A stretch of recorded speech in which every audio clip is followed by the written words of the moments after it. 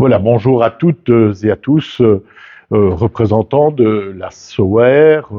des pôles que sont Skywin, Logistique in Wallonia, du centre de compétences One, ou bien encore du cluster TUIT, et bien évidemment des aéroports wallons. Bien chères personnes impliquées, intéressées ou acteurs et actrices de cette ambition commune qui est la nôtre, qui a d'ailleurs été consacrée par l'Organisation internationale de l'aviation civile, d'organiser, de pouvoir réussir cette transition, bien sûr à échéance de 2050, vers une aviation qui sera net zéro carbone. La SOAR s'est d'ailleurs elle-même dotée d'une feuille de route très ambitieuse à ce propos, et on sait que pour atteindre cet objectif, on doit travailler sur l'ensemble des éléments de la chaîne, de l'organisation, de l'aviation, bien sûr, de toutes les opérations au sol, du transport, des matériaux, j'y reviendrai, du carburant, des alternatives au carburant, mais aussi, par exemple, de toute la chaîne de vie de l'avion, en ce compris son recyclage. Et à cet égard,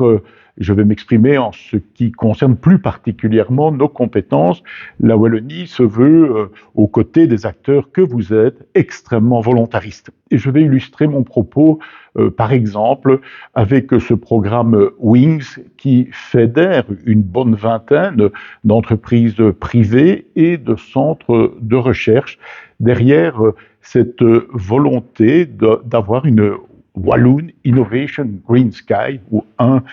ciel vert, si je puis dire. Bref, tout un programme mobilisateur autour de la recherche et de l'innovation et de l'écosystème de nos acteurs. Ils sont nombreux au niveau de la Wallonie qui peuvent apporter vraiment des innovations, qui peuvent les traduire en projets industriels, en activités donc et en emploi. Si je cite ce soutien, qu'on va d'ailleurs renouveler au programme Wings, c'est pour vous dire que nous travaillons à la fois sur les matériaux, les alternatives aux matériaux, des matériaux plus légers. Nous travaillons aussi sur la conception des pièces de certaines parties de l'avion et sur tout élément qui permet effectivement de contribuer à atteindre cet objectif. Et puis, si j'évoque cette recherche, cette innovation, nos nombreuses entreprises en Wallonie, c'est parce que, on le sait, le secteur aéronautique, au sens large, en région wallonne, c'est un secteur qui est particulièrement important. Il représente pas moins de 7000 emplois directs, si je compte les différentes entreprises, leaders, mais aussi un certain nombre de plus petites ou moyennes entreprises concernées par ce secteur. Pouvoir donc réussir cette transition, c'est en même temps rencontrer nos objectifs en matière environnementale, en matière de réponse aux défis climatiques, et je m'exprime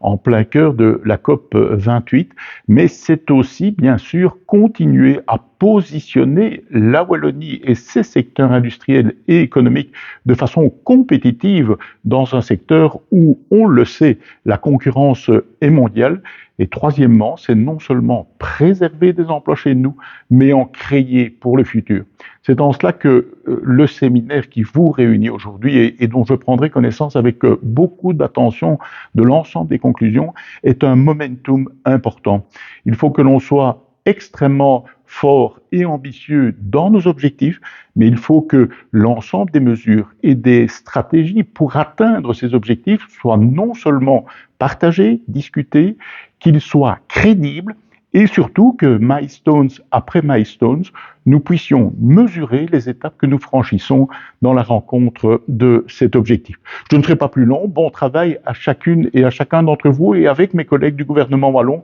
nous sommes évidemment à votre écoute de manière à pouvoir rencontrer et réussir positivement ce que l'on attend de nous, c'est-à-dire relever ce défi dans le secteur aérien, dans le secteur aéronautique, parce que, on le sait, on va continuer, bien sûr, à utiliser l'avion, on va continuer à avoir un secteur qui est en croissance, non seulement dans le monde, mais aussi en Wallonie.